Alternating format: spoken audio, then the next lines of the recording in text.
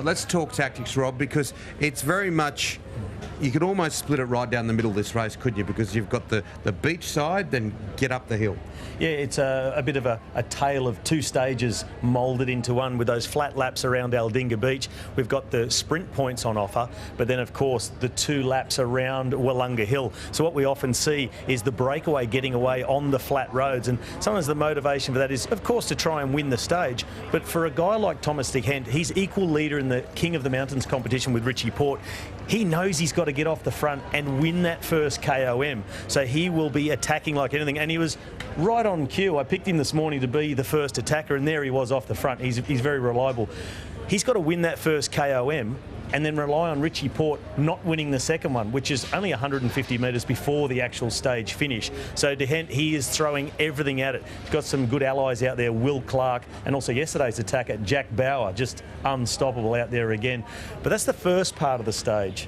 After that, then the real grind starts. Well, Richie Porte won't have the KOM in his mind, will he? He obviously just wants to get in the right position, whether it's winning this race or just behind, to protect what he has. But it's got to be aggressive, doesn't it? You can't ease off.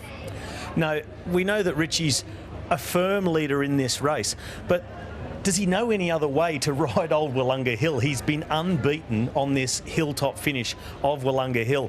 So he's got to get out there and ride assertively, ride aggressively. He doesn't need to be the first attacker, because in the past he's been looking to make up time, win the stage, but try and improve his general classification.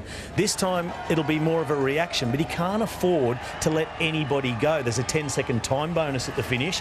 So whoever goes, he's got to go with him, and he'll be under fire from the Colombians. A lot of guys are saying, including Richie, that Sergio Henao is one of the big favourites for this stage. So Richie is very wary. And like the old saying goes, sometimes the best defence is attack.